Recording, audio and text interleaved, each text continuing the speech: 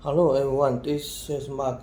In today's video, I'm going to show you how to set up rotary attachment for HL1060 laser cutter.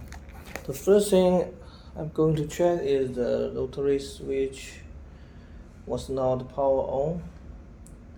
If it's switch on, we need to turn it off, and then we start the laser. Now the laser head is in the reset process. Find the home of the laser machine, then return to the origin.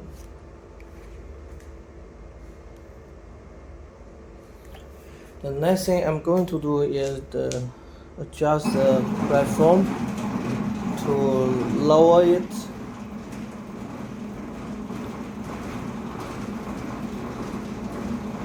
I need lower it to have enough height for the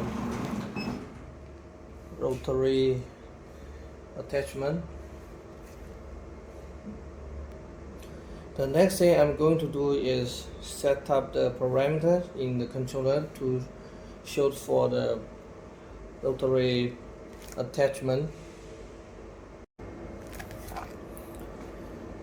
In this panel, I press the menu button in the user parameter, the car parameter, and the fast feed speed, or we say rapid speed, we need to adjust to 50 for the rotary walking, and then we write it to controller.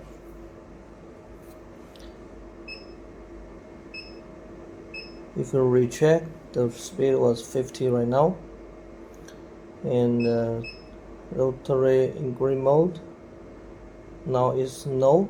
We need to set to yes, and right.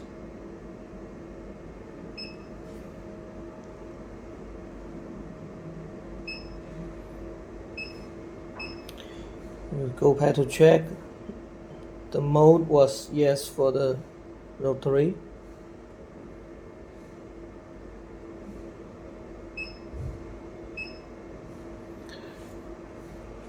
After that, I will turn the machine off and set up the rotary attachment physically.